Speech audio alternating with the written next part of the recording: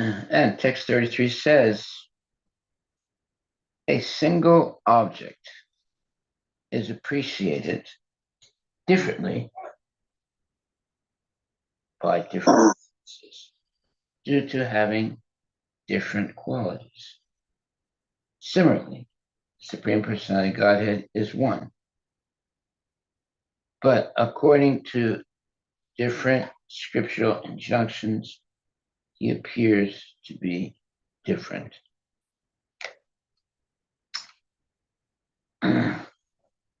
Purport by His Divine Grace, A.C. Bhaktivedanta Swami Prabhupada. It appears that by following the path of Jnana Yoga, or empiric philosophical speculation, one reaches the impersonal Brahman,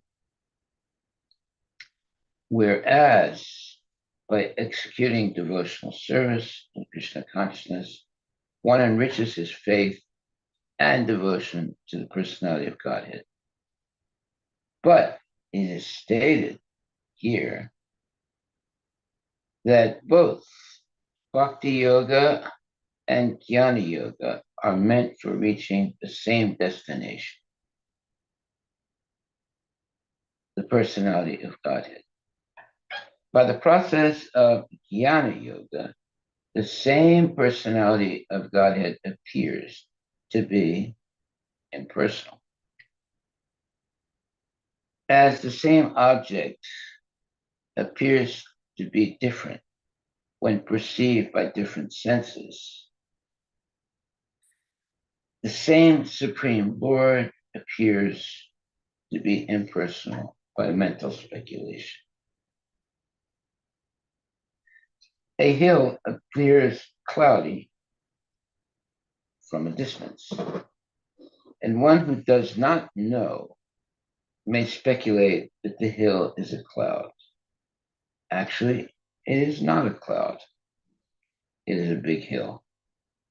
One has to learn from authority that the sight of a cloud is not actually a cloud, but a hill.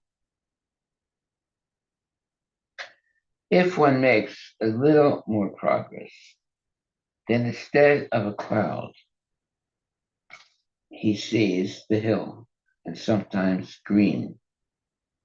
When one actually approaches the hill, he will see many varieties. Another example is in perceiving milk. When we see milk, we see that it is white. When we taste it, it appears that milk is very palatable. When we touch milk, it appears very cold. When we smell milk, it appears to have a very good flavor.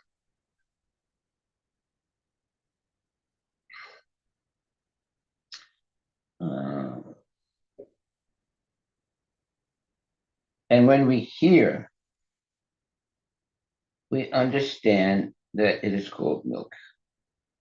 Perceiving milk with different senses, we say that it is something white, something delicious, something very aromatic, and so on. Actually, it is milk. Similarly, those who try to find the Supreme Godhead by mental speculation may approach the bodily effulgence or the impersonal Brahman, and those who are trying to find the Supreme Godhead by yoga practice may find him as the localized supersoul. But those who are directly trying to approach the Supreme Truth by practice of Bhakti Yoga can see him face to face as the Supreme Person. Ultimately, the Supreme Person is the destination of all different processes. The fortunate person who, by following the principles of scriptures, becomes completely purified of all material contamination, surrenders unto Supreme Lord as everything. Just as one can appreciate the real taste of milk with the tongue and not with the eyes, nostrils, or ears, one can similarly appreciate the absolute truth perfectly and with all relishable pleasure, only through one path, devotional service. This is confirmed in Bhagavad Gita, Bhakya Mam Abhijananti. If one wants, one second, if one wants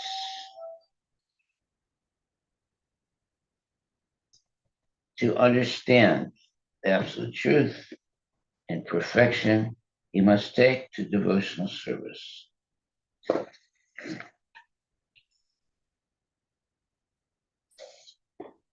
Of course, no one can understand the absolute truth in all perfection.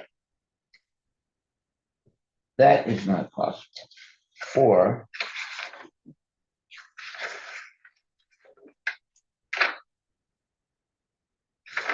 the infinitesimal living entities, wait a minute.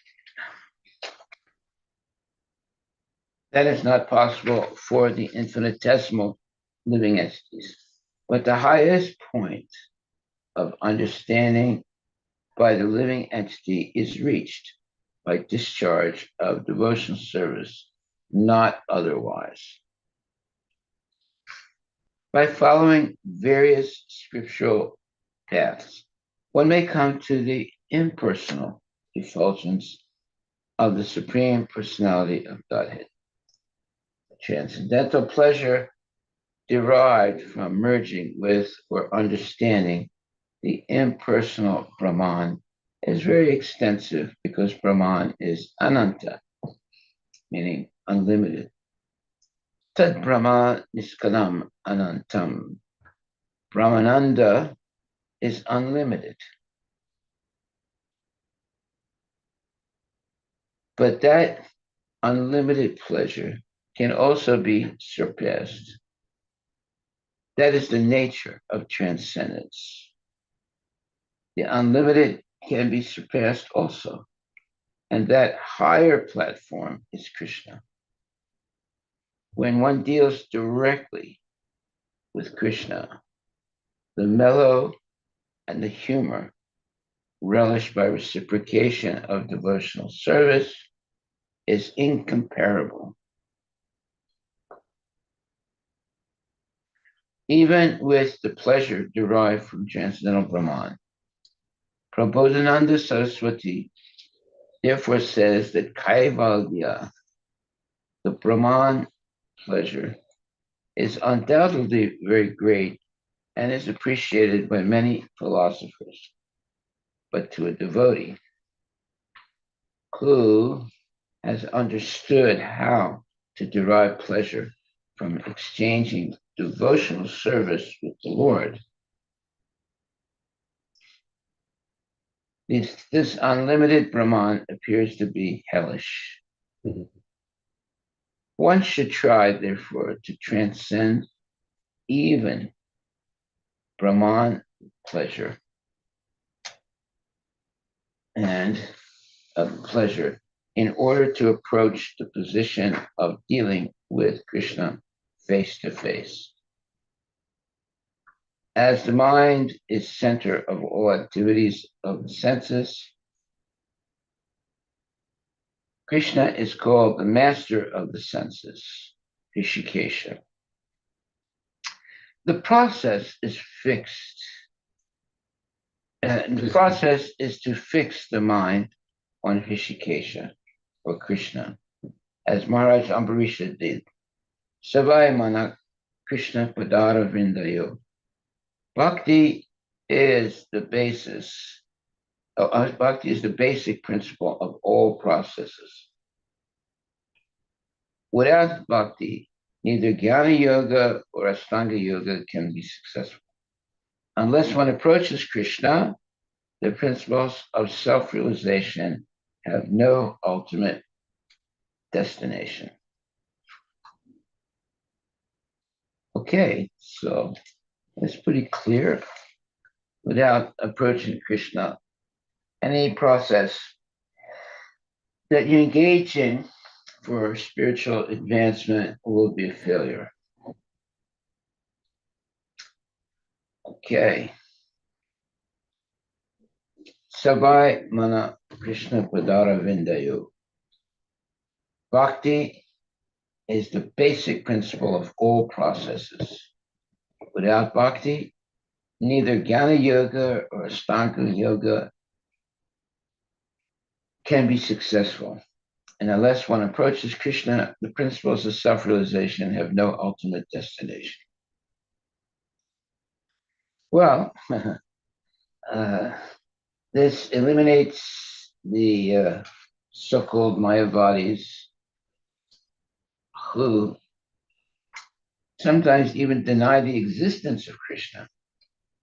So how are they going to make any spiritual advancement? Not possible. They're like the demons who deny the existence of Krishna.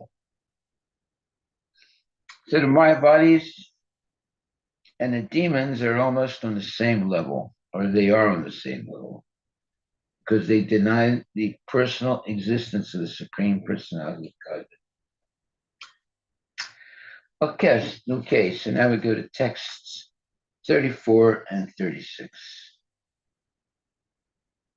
And these three verses say the following: by performing fruitive activities and sacrifices, by distributing charity, by performing austerities, by studying various literatures, by conducting philosophical research, by controlling the mind, by subduing the senses, by accepting the renounced order of life, and by performing the prescribed duties of one's social order, by performing the different divisions of yoga practice, by performing devotional service, and by exhibiting the process of devotional service containing the symptoms of both attachment and detachment. By understanding the science of self-realization and by developing a strong sense of detachment, one who is expert in understanding the different processes of self-realization realizes the Supreme Personality of Godhead. He is as he is represented in the material world as well as in transcendence. Okay, so those are three verses in one. And we have a very long purport, 2 pages. And it says, as it is stated in the previous verse, one has to follow the principles of the scriptures. There are different prescribed duties for persons in the different social and spiritual orders. Here, it is stated that performance of fruitive activities and sacrifices and distribution of charity are activities meant for persons who are in the household order of society. Okay. There are 4 orders of the social system: brahmacharya, grihastha, vanaprastha, and sannyas. For the grihastas or householders, performance of sacrifice, 1, distribution of charity, 2, and action according to prescribed duties are especially recommended. So that is for the householders, performance of sacrifices, distribution of charity, and action according to prescribed duties are especially recommended. Similarly, austerity, study of the Vedas, a study of Vedic literature, and philosophical research are meant for the vanaprasthas, or retired persons. Study of the Vedic literature from the bona fide spiritual master is meant for the brahmachari or student.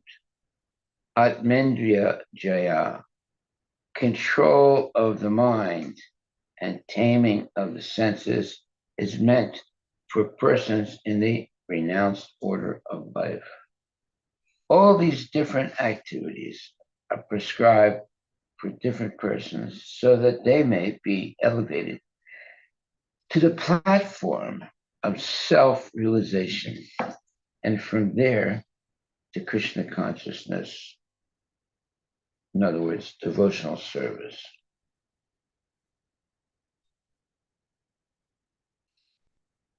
The words Bhakti Yogena Chaiva, he, mean that whatever is to be performed as described in verse 34, whether yoga or sacrifice or fruit of activities or study of Vedic literature or philosophical research or acceptance of the renounced order of life, is to be executed in Bhakti Yoga. The words Chaivahi, according to Sanskrit grammar, indicate that one must perform all these activities mixed with devotional service. Otherwise, such activities will not produce any fruit.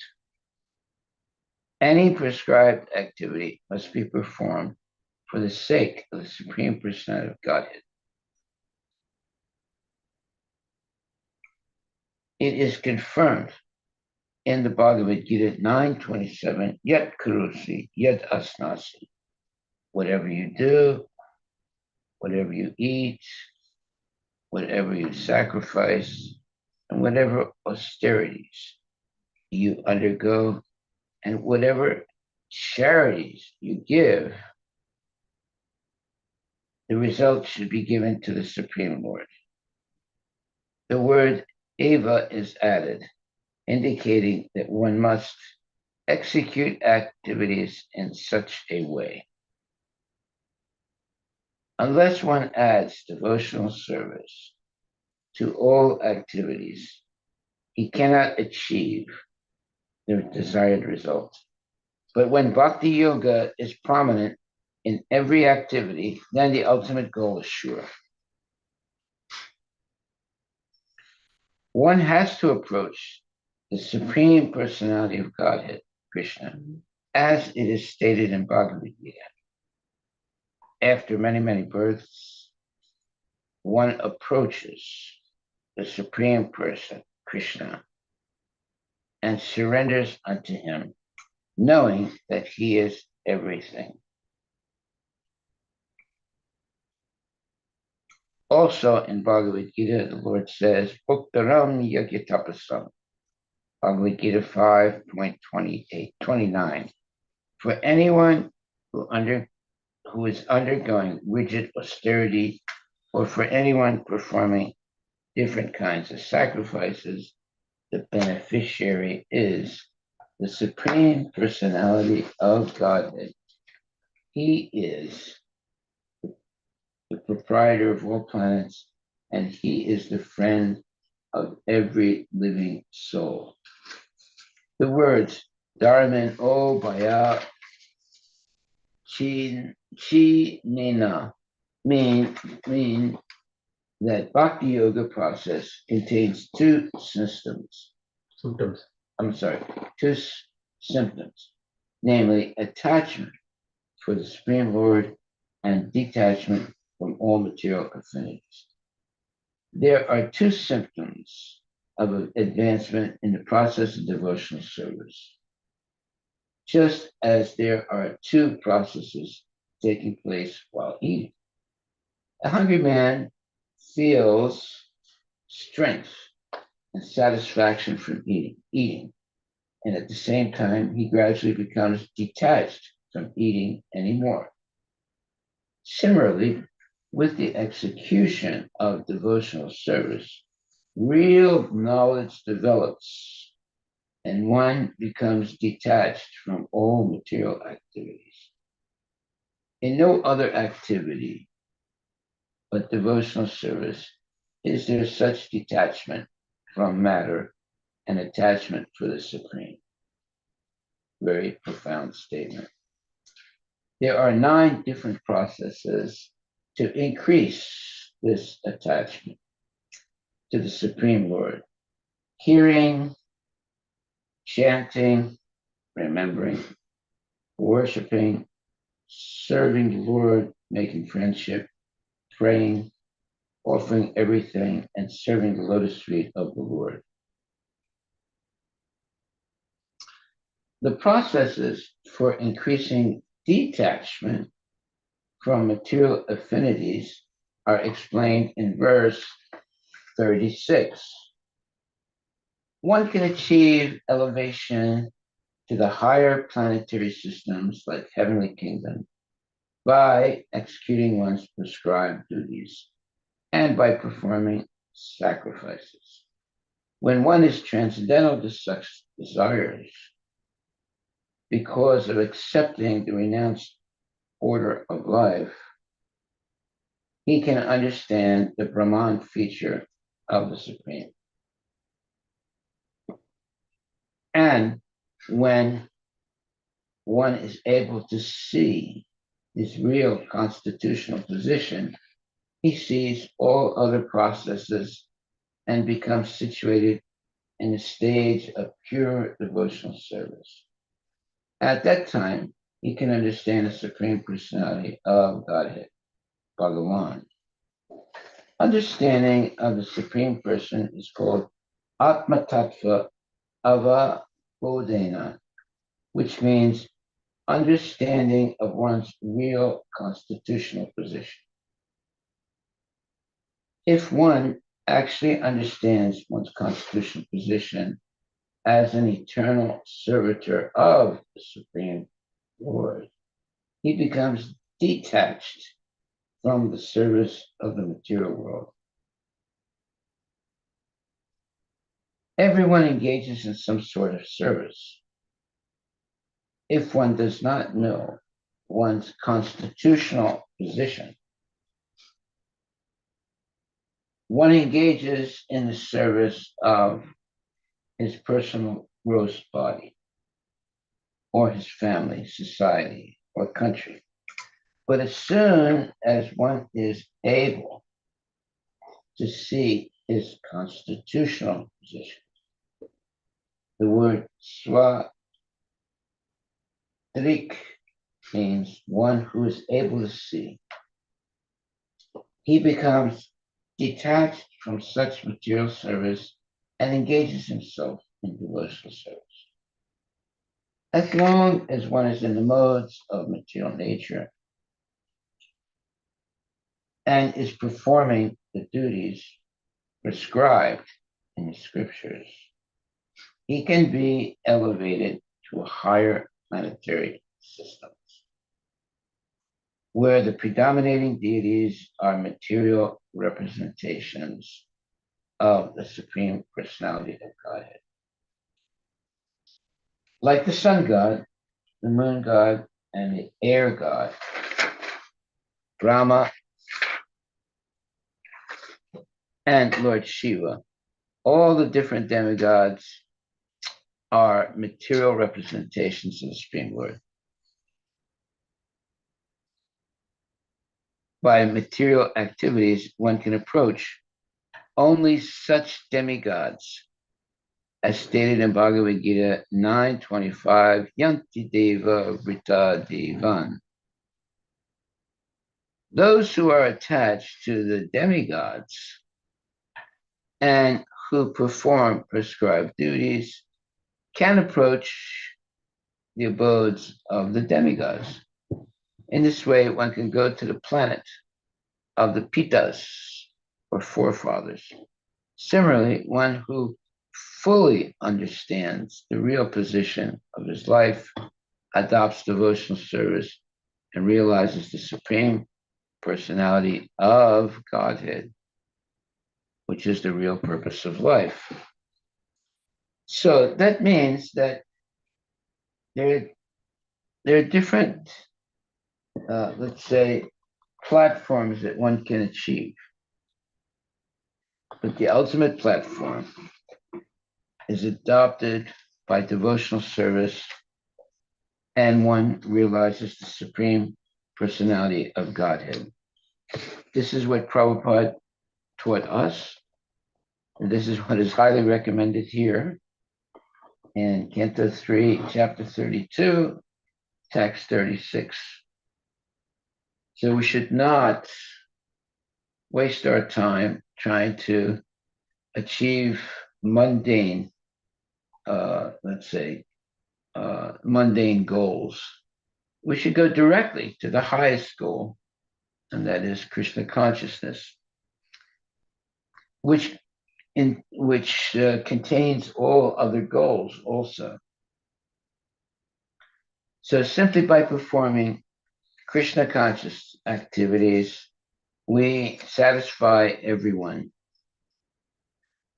And ultimately, we don't have to go step by step of spiritual advancement. We go directly to Krishna consciousness, which encapsulates all the steps of Krishna consciousness, and come to pure devotional service. That's why it says, similarly, one who fully understands the real position of his life, adopts devotional service, and realizes the supreme personality of Godhead. That's our takeaway. Similarly, one who fully understands the real position of his life. Yeah, we are always floundering in the material world, but our real identity is that we are eternal servants of Krishna. Then we adopt devotional service and realize the supreme personality of Godhead. Hare Krishna, Krishna Krishna, Hare Hare, Hare Rama, Rama Rama, Hare Hare. Text 37. My dear mother, I have explained to you the process of devotional service and its identity in 4 different social divisions. I have explained to you as well how eternal time is chasing the living entities. I like this statement.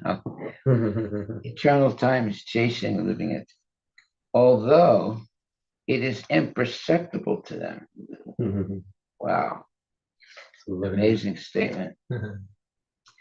Purport by His Divine Grace, A.C. Bhaktivedanta Swami Prabhupada. The process of bhakti yoga, devotional service, is the main river flowing down towards the sea of the absolute truth. And all other processes mentioned are just like tributaries. So tributaries are like, they're not like a big main river, the secondary rivers. Huh? From the river, the kind of the. Yeah, tributaries feed the main river, are like tributaries. Lord Kapila is summarizing the importance of the process of devotional service. Bhakti Yoga, as described before, is divided into 4 divisions: 3 in the material modes of nature and 1 in transcendence, which is untinged by the modes of material nature. Devotional service mixed with the modes of material nature is a means for material existence, whereas devotional service without desires for fruitive results and without attempts for empirical philosophical research. Okay, now this word empirical means something that is material. It's not spiritual. Look that up, make sure. Yes, based on senses. Yeah. Without attempts for empirical philosophical research.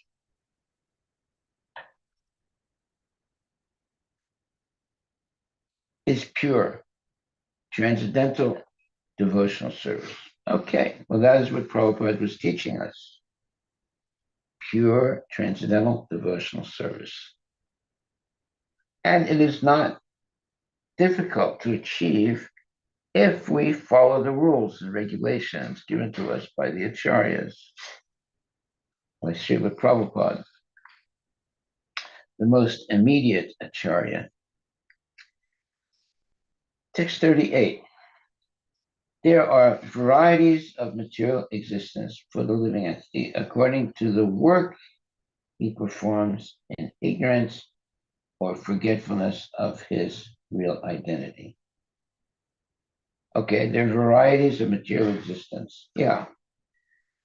You can live on this planet or that planet. You can engage in this, let's say, mundane purpose or that mundane purpose, so forth. And he performs in ignorance or forgetfulness of his real identity. My dear mother, if anyone enters into that forgetfulness, he is unable to understand where his movements will end. Now you can see how Kapila Muni is a real, genuine son.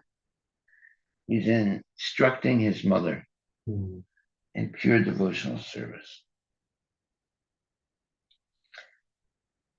So this is what a real son should do. He should not only protect his mother, but he also can instruct his mother if she is not fully, let's say, Krishna conscious. So the mother has fed her son or daughter. The mother has protected the son or daughter. The mother has given birth to the son or the daughter. But now the payback has to take place. And the payback is what Kapila Muni is doing. He's instructing his mother in transcendental knowledge so that she can be liberated from the cycle of birth and death. Once one enters into the continuation of material existence, it is very difficult to get out. Now, that is a real true statement. Therefore, the Supreme Personality of Godhead comes himself or sends his bona fide representative, like Srila Prabhupada. And he leaves behind scriptures like Bhagavad Gita and Srimad Bhagavatam, meaning he gives us Bhagavad Gita and Srimad Bhagavatam. These are the blessings of Krishna, the Supreme Personality of Godhead. He gives us Bhagavad Gita and Srimad Bhagavatam. Just like now, we're reading Srimad Bhagavatam. And tonight, we'll be reading Bhagavad Gita. So that means we're doing the right thing. We're not wasting our time on learning about mechanics or learning about sociology or thisology or thatology. We're learning about Krishna consciousness and pure Krishna consciousness. So, therefore, the Supreme Personality of Godhead comes himself or sends his bona fide representative, a devotee, and he leaves behind scriptures like Bhagavad Gita and Srimad Bhagavatam. By the way, if you just study Bhagavad Gita and Srimad Bhagavatam, that's enough. You don't have to study anything else.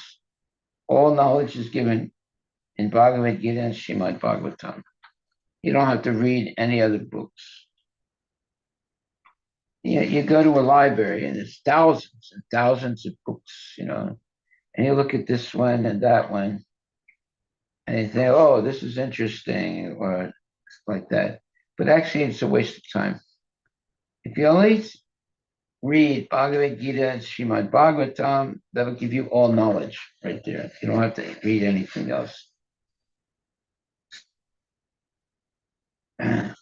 So, therefore, the Supreme Personality of Godhead comes himself or sends his bona fide representative.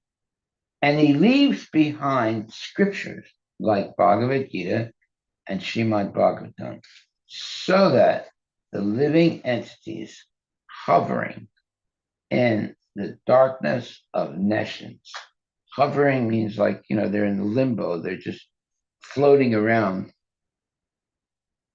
or hovering in the darkness of nescience, meaning ignorance, may take advantage of the instructions, the saintly persons and the spiritual masters, and thus be freed. So instructions given by saintly persons and spiritual masters will liberate us from the cycle of birth and death, from mundane life, and elevate us to spiritual life. Unless the living entity receives the mercy of the saintly persons, the spiritual master, or Krishna, it is not possible for him to get out of the darkness of material existence. By his own endeavor, it is not possible. Now we see how fortunate we are that somehow or other, due to past good karma, we've come into contact with Srila Prabhupada. And you don't have to, let's say, come into contact physically with Srila Prabhupada. We've come into contact with Srila Prabhupada through his books and through the association of his devotees. That's just as good as coming into contact with the physical presence of Srila Prabhupada. So it says here, unless the living entity receives the mercy of the saintly persons, the spiritual master, or Krishna, it is not possible for him to get out of the darkness of material existence by his own endeavor. It is not possible. Well, by Srila Prabhupada's books, by genuine devotees following Srila Prabhupada, we can get out of the darkness of material existence.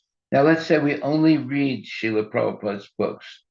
Well, if you read Srila Prabhupada's books, you will also develop the desire to associate with Srila Prabhupada's devotees.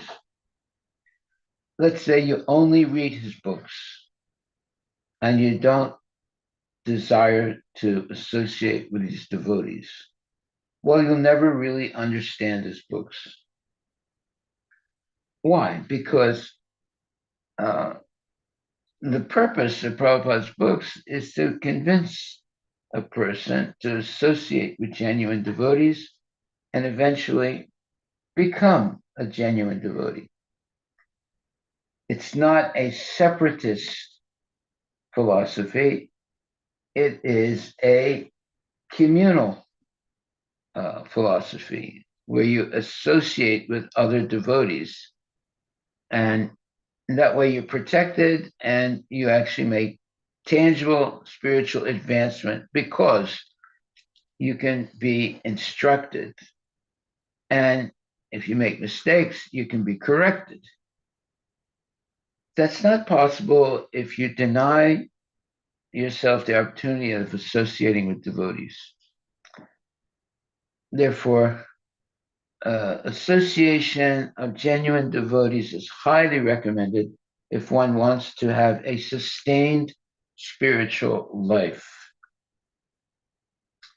So not only we're associating with Prabhupada by reading Srimad Bhagavatam, Bhagavad Gita, but we're also associating with devotees who can help us understand the statements in the Bhagavad Gita and Srimad Bhagavatam. So it's two-pronged. In other words,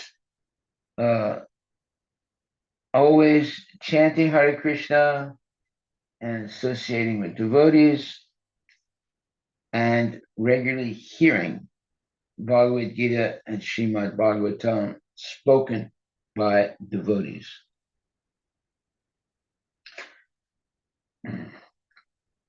Therefore, it says, unless the living entity receives the mercy of the saintly persons, the spiritual master or Krishna, it is not possible for him to get out of the darkness of material existence by his own endeavor. It is not possible. Wow. Haribol. Okay, text 39. Lord Kapila continued. You see how merciful Lord Kapila is. This is real love for his mother. He's instructing her. Look at all the instruction he's giving. It's unbelievable. But by instructing her, he's also instructing us. That's the nice thing about Krishna consciousness. It's for the benefit of everyone. It's not a unique thing just for family members. It's for everyone. Because we're all in Krishna's family. Yeah. Achyuta. Yeah. The family of Krishna. Lord Kapila continued. This instruction, meaning knowledge of Krishna, is not meant for the envious or the agnostics or for persons who are unclean in their behavior, nor is it for hypocrites or for persons who are proud of material possessions. Now, what's a hypocrite? A hypocrite is a person that says something but does something else. They say, well, you got to change your rounds. Then you find out that that person is not changing rounds. So he's a hypocrite. Then they say, you have to give up illicit sex. Then you find out he was engaged in illicit sex. That's a hypocrite. A devotee is someone who says something or who says something bona fide and follows in a bona fide way. The hypocrite may say some things that sound bona fide, but he doesn't follow them. And probably doesn't explain them properly. So, text 40. It is not to be instructed to persons who are too greedy,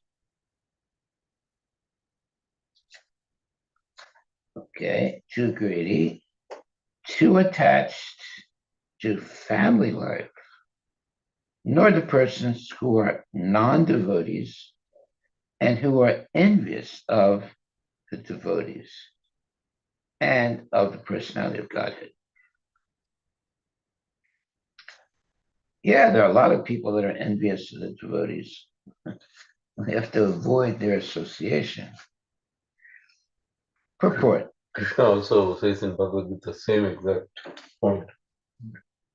We should not share this with the atheistic and envious people.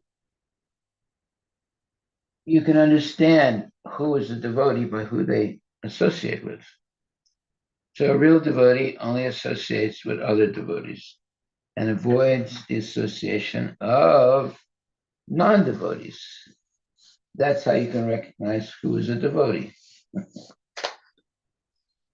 Persons who are always planning to do harm to other living entities are not eligible to understand Krishna consciousness. Well, that would be the hunters. That's one section of society. The ones that go out hunting animals. These guys have these big guns, and they go out and they try and kill a rabbit. I mean, the rabbit is scared stiff.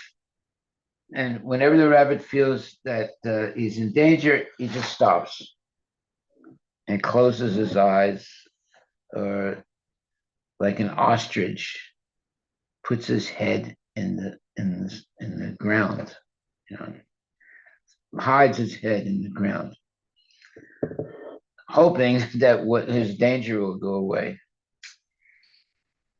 Yeah, there are people like that too, like ostriches. There's great danger, and instead of trying to save themselves, they just stick their head in the ground and hope it goes away. And the greatest danger is thinking that by sense gratification, one will be happy. That way you can waste your whole life pursuing sense gratification rather than pursuing Krishna consciousness.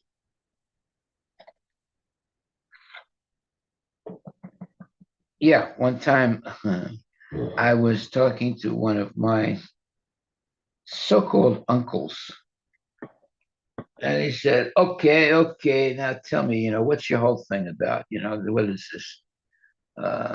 What are you doing now? What is this Hare Krishna junk?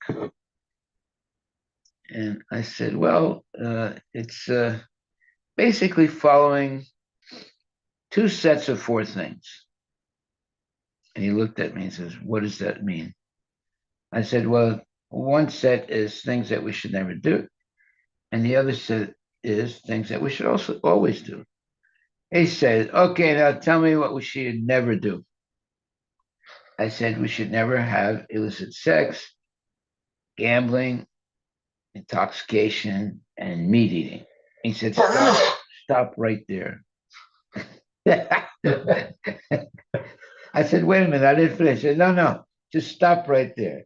Those are the four things that I do every day. If I can't do those four things, I may as well commit suicide. And I'm telling you, that's exactly what he said. He said, stop right there.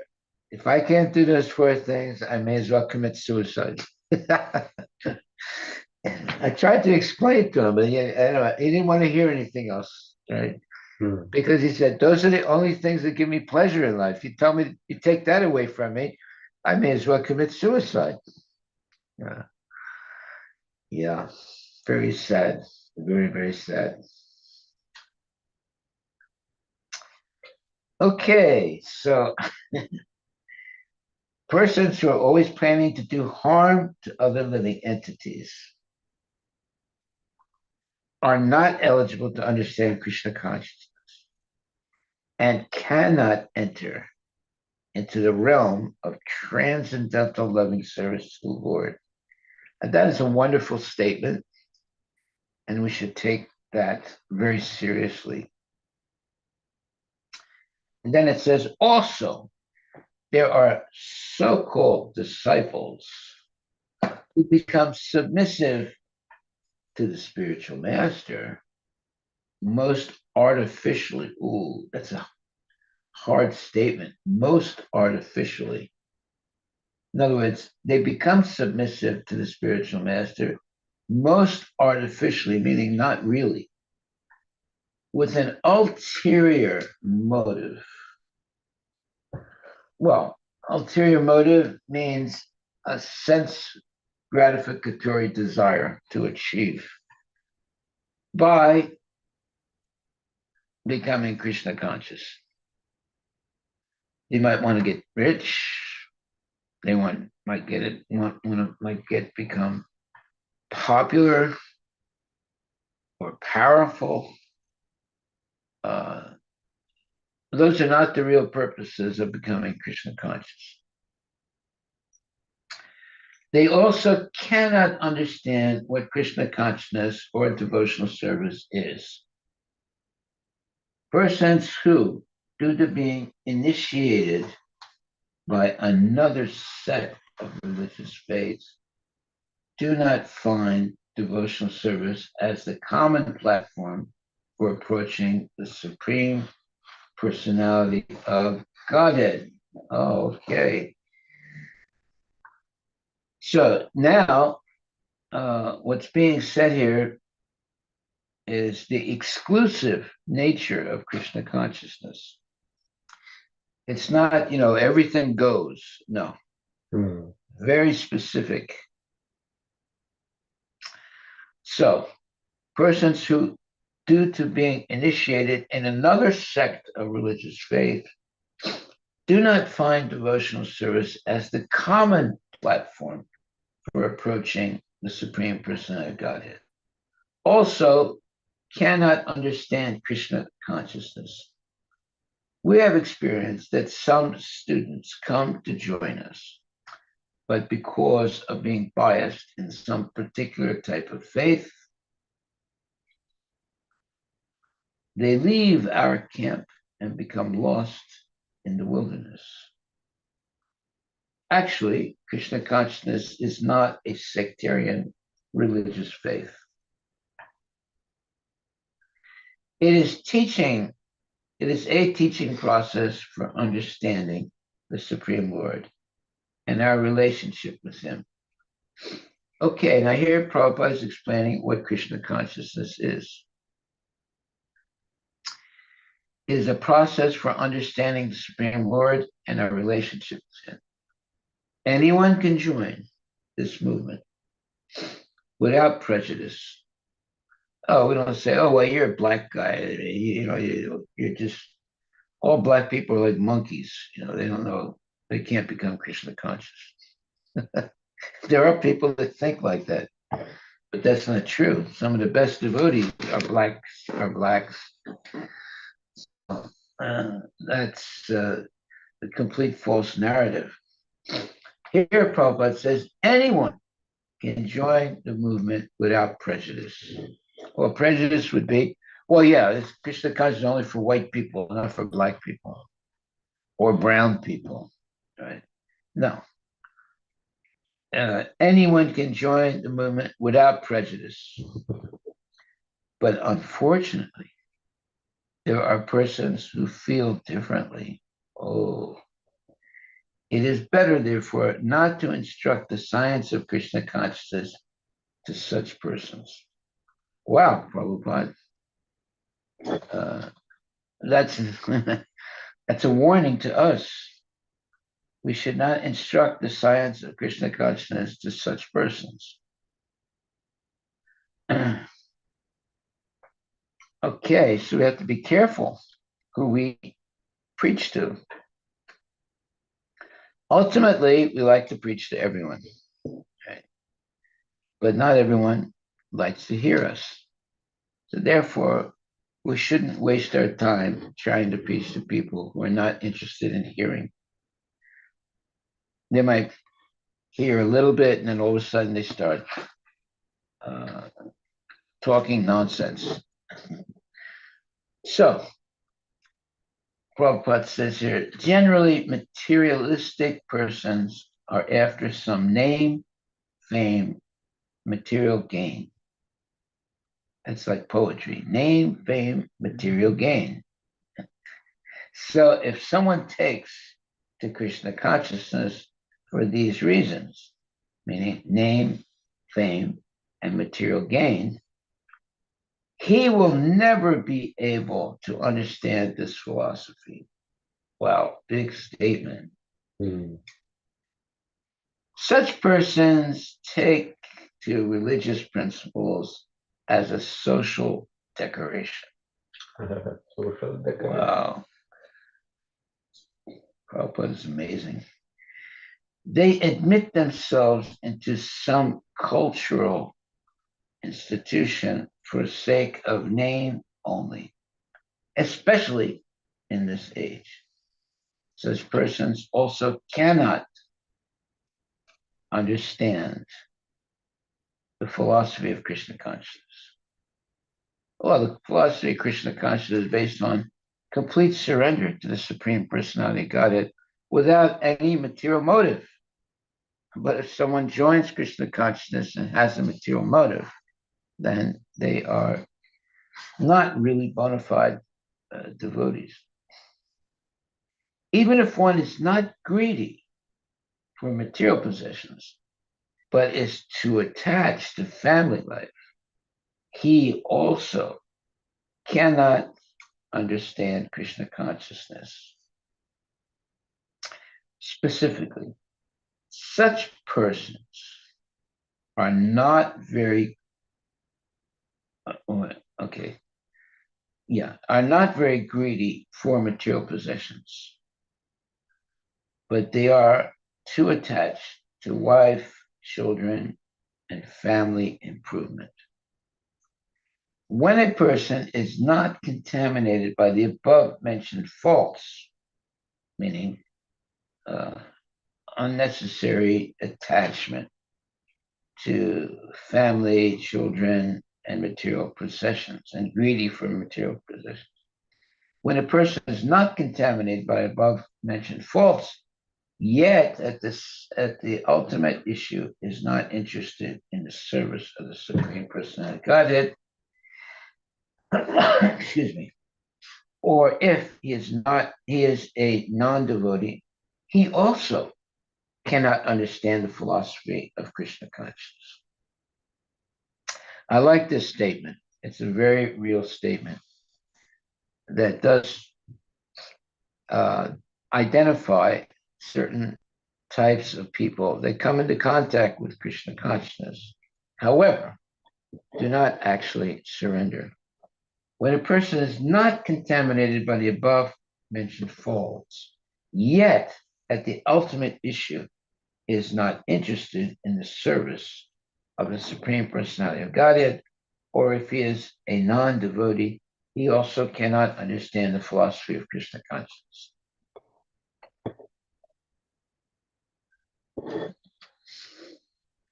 So, there are different categories here explained in this last paragraph of this uh, verse.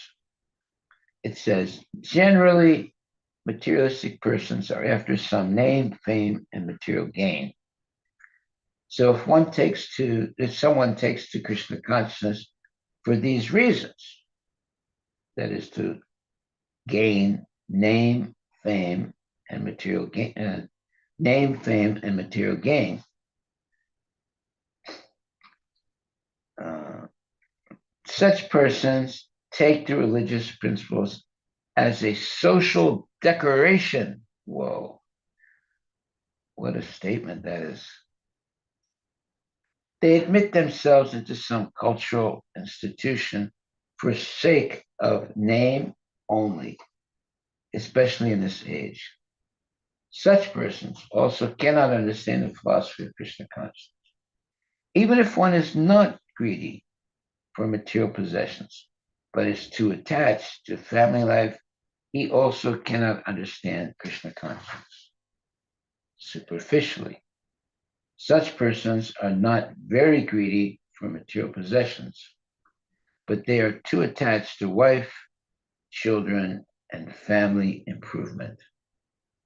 When a person is not contaminated by the above mentioned faults, yet at the ultimate issue is not interested in the service of the Supreme Personality of Godhead, or if he is a non-devotee, he also cannot understand the philosophy of Krishna consciousness.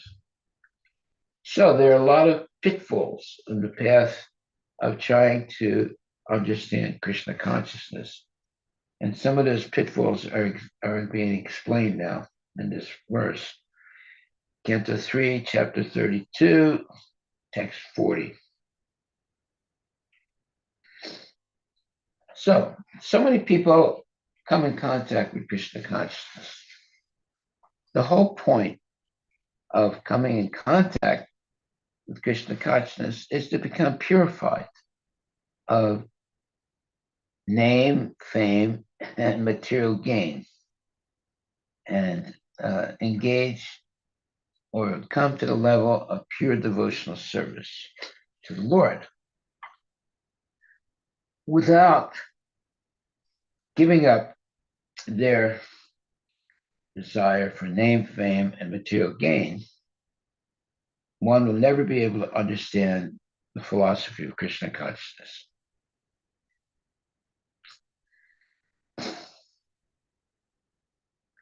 And it says, even if one is not greedy for material possessions, but is too attached to family life, he also cannot understand Krishna consciousness.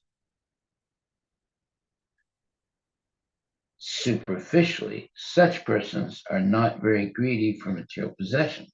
Okay, that's a good quality. But they are too attached to wife, children, and family improvement. So there was one man who had a friend that was a genuine devotee. So the genuine devotee would always see his friend and always talk to him about the importance of Krishna consciousness, and also was this basically the same age as his friend. And he would explain to him that, look, now your children are grown and you've done your duty as a father. Your wife is taken care of. So it's time to begin to become detached from family and sense gratification. So the person he would explain this to would always say, yes, yes, you're right. So this devotee would visit him once a year.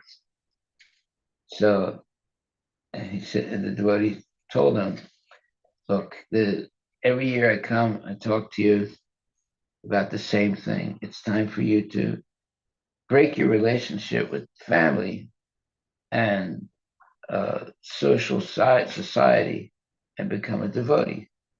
And you can come with me. We'll go together and preach together.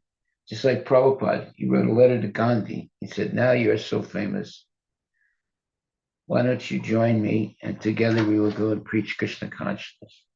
Gandhi never answered his letter. And a short while after that letter, he was killed. He was assassinated.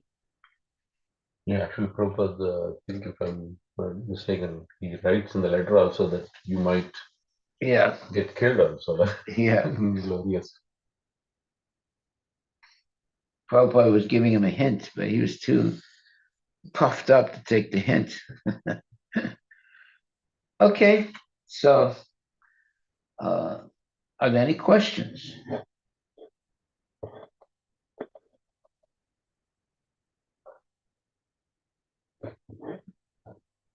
So it says, when a person is not contaminated by the above mentioned faults, yet at the ultimate issue is not interested in the service of the Supreme Personality of Godhead, or if he is a non-devotee, he also cannot understand the philosophy of Krishna consciousness. Yeah, so you have many, let's say, pseudo devotees that study the Shastras and can quote verses and something like that, but they're not really Krishna conscious. They're just what you would call, they're just pretending because they don't really have complete faith. So if you have complete faith in Krishna consciousness, It is also concomitantly having complete surrender to the devotional service. So complete faith and complete surrender go together. But if they still have some attachment to name, fame, and material gain, if someone takes to Krishna consciousness for these three things, name, fame, and gain, he will never be able to understand the philosophy of Krishna consciousness. Such persons take the religious principles as a social decoration. I like that. Social decoration. They admit themselves into some cultural institution for the sake of name only, especially in this age. Such persons also cannot understand the philosophy of Krishna consciousness. Even if one is not greedy for material possessions, but is too attached to family life, he also cannot understand Krishna consciousness. Superficially, such persons are not very greedy for material possessions, but they are too attached to wife, children, and family improvement. When a person is not contaminated by the above mentioned faults, yet at the same ultimate issue is not interested in the service of the Supreme Personality of Godhead, or if he is a non-devotee, he also cannot understand the philosophy of Krishna consciousness. Well, what are we doing right now? We're trying to understand the philosophy of Krishna consciousness. So that means that we're not in the let's say group of people uh, who are too attached to wife, children, family improvement. So the ultimate issue, one should be interested in the service of the Supreme Personality of Godhead as the real goal of life.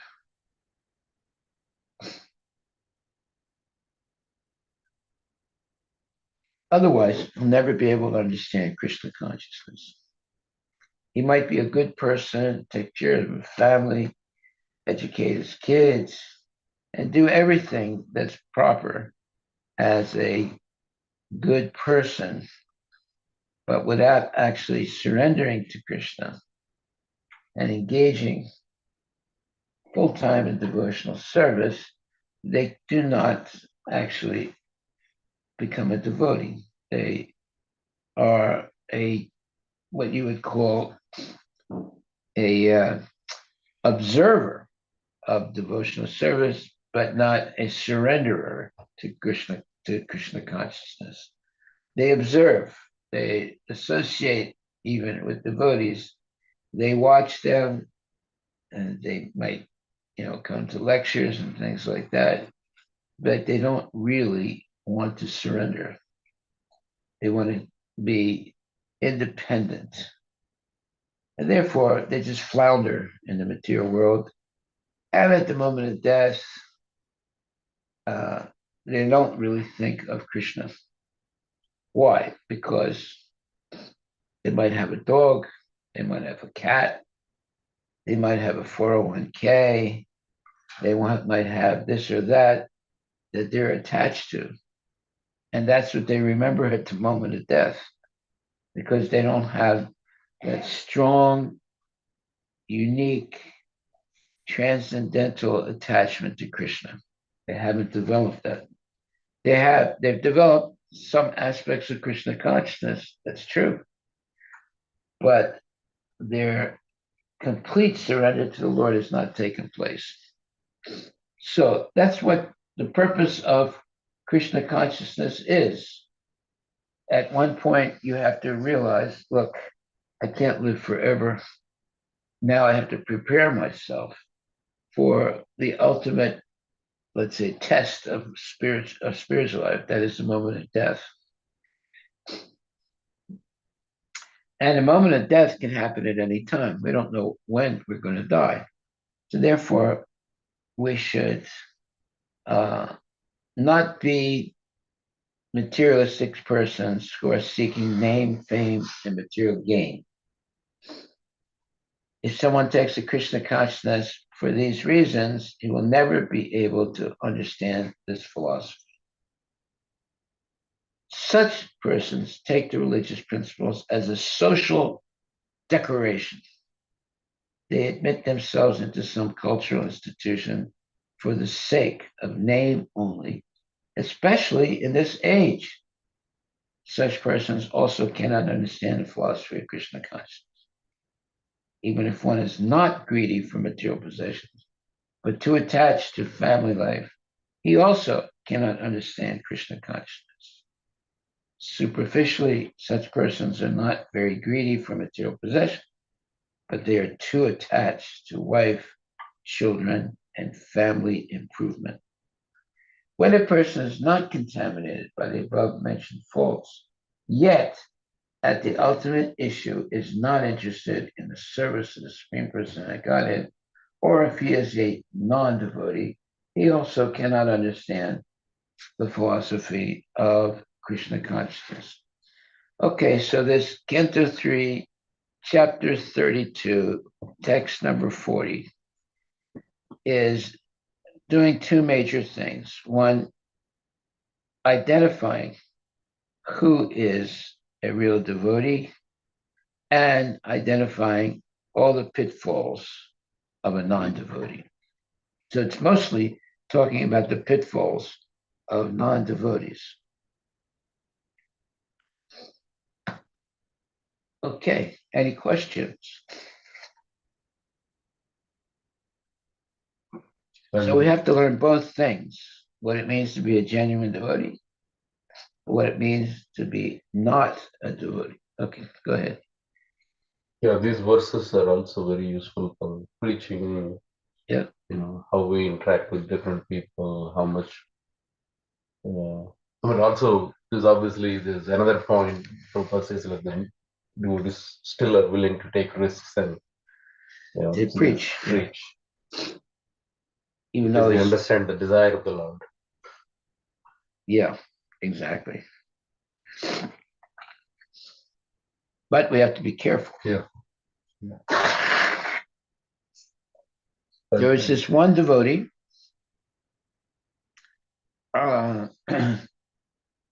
He would specifically try to teach to people who were smoking marijuana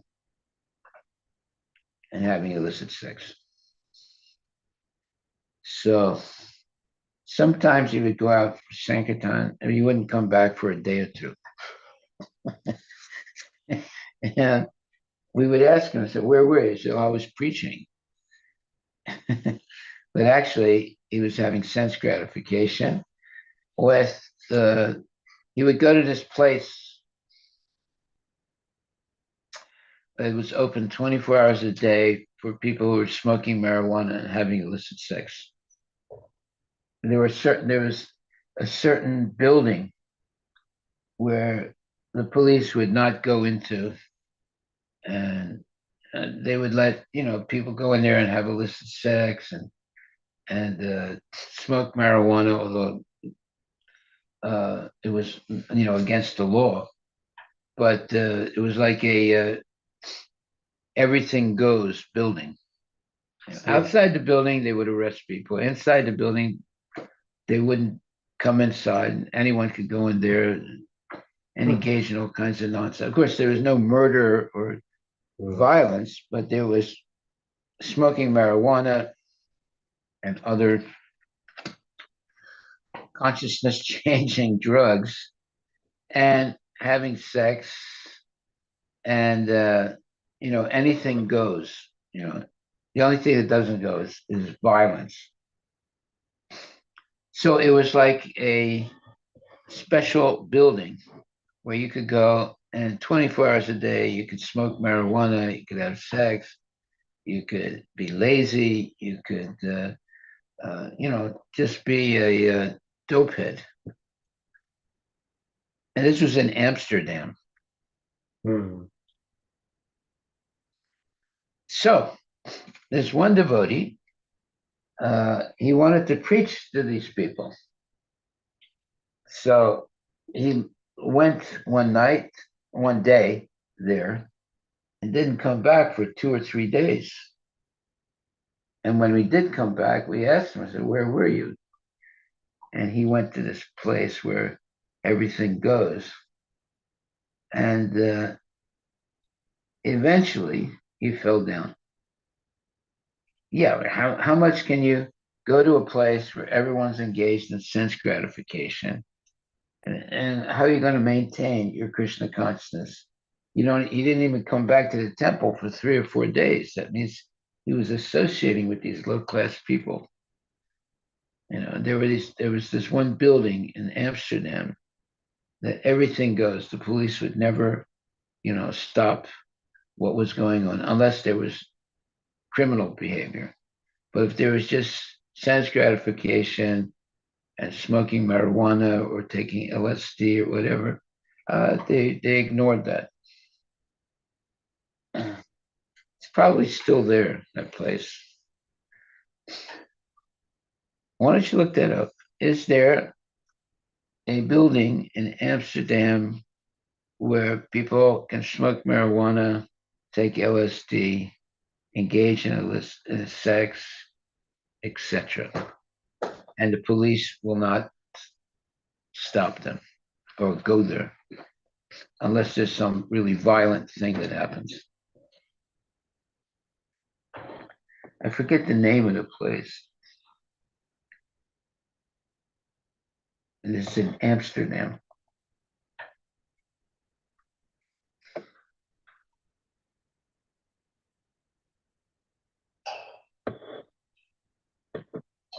In that one building, the police permitted laissez-faire. You can do almost anything you want, as long as it's not violence.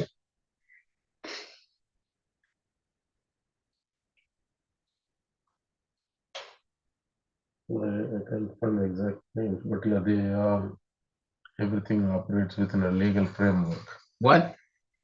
In Amsterdam, Yeah. drugs and sex are within the legal framework, certain areas. Right. It's legal but regulated. It's a red light district. That's one place, but there are other places also. Red light district is where you can go, all prostitutes, and they're openly, uh,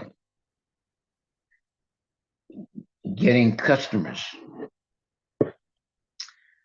So when you walk through there are women sitting in a house, but with big windows, and they're almost naked, and they're soliciting people to come in and have sex. And there is the bulldog. what? The bulldog. Is that a place? What's the bulldog? That's one of the places in Amsterdam. Oh, okay. Then the Valen, the red light district. Yeah, where you walk around, you see all kinds of naked women behind a window, and then you can go in and engage in sex for money.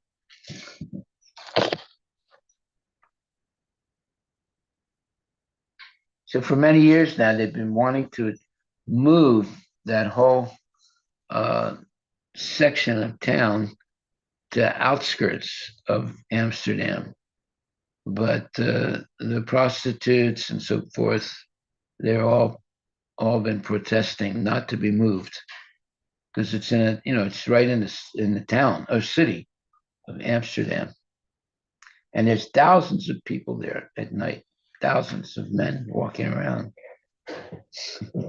looking at all the different women in the windows. Yeah. Check. Okay, thank you very much, my dear devotees. Don't go to Amsterdam. Hare Krishna. We'll see.